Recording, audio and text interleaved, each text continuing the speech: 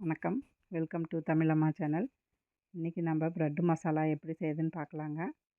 Bread நல்லா தோசைக்கல்ல எண்ணெய் விட்டு 2 பக்கமும் டோஸ்ட் பண்ணி எடுத்துக்கோங்க. இப்போ கடாயில் எண்ணெய் விட்டுக்கோங்க.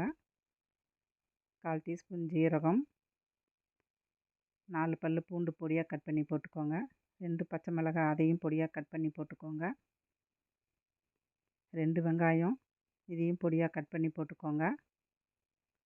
கருவேப்பிலையும் பொடியாக கட் பண்ணி போட்டிருக்கேன். தக்காளி சின்னதாக இருந்தால் 2 போட்டுக்கோங்க, பெருசாக இருந்தால் 1 போட்டுக்கோங்க. அதையும் கட் பண்ணி போட்டுக்கோங்க. 1/4 டீஸ்பூன் மஞ்சள்தூள் போட்டுக்கோங்க. 1/2 டீஸ்பூன் சில்லி பவுடர், 1/2 டீஸ்பூன் தனியா powder, 1/2 teaspoon garam masala, pepper 1 teaspoon போட்டுக்கோங்க. இது நல்லா வதக்கிக்கோங்க. தண்ணி விட்டுக்கோங்க. லைட்டாக தண்ணி விட்டு நல்லா தக்காளி சுருங்குற அளவுக்கு தண்ணி விட்டுக்கோங்க. அடுத்தது துருவிய கேரட் போட்டுக்கோங்க. இதையும் நல்லா கொஞ்சம் லைட்டாக தண்ணி விட்டு நல்லா கிளறிக்கோங்க. புதினா இலை 4 இலையை கட் பண்ணி போட்டிருக்கேங்க. இதையும் நல்லா வதக்கிக்கோங்க.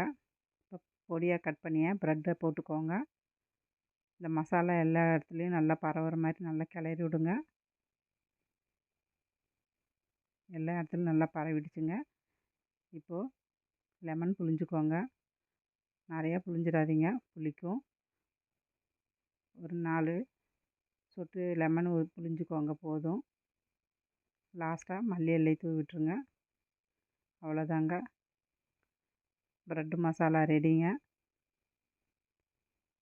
இந்த டிஷ்ஷை நீங்களும் வீட்டில் ட்ரை பண்ணி பாருங்கள். நன்றி.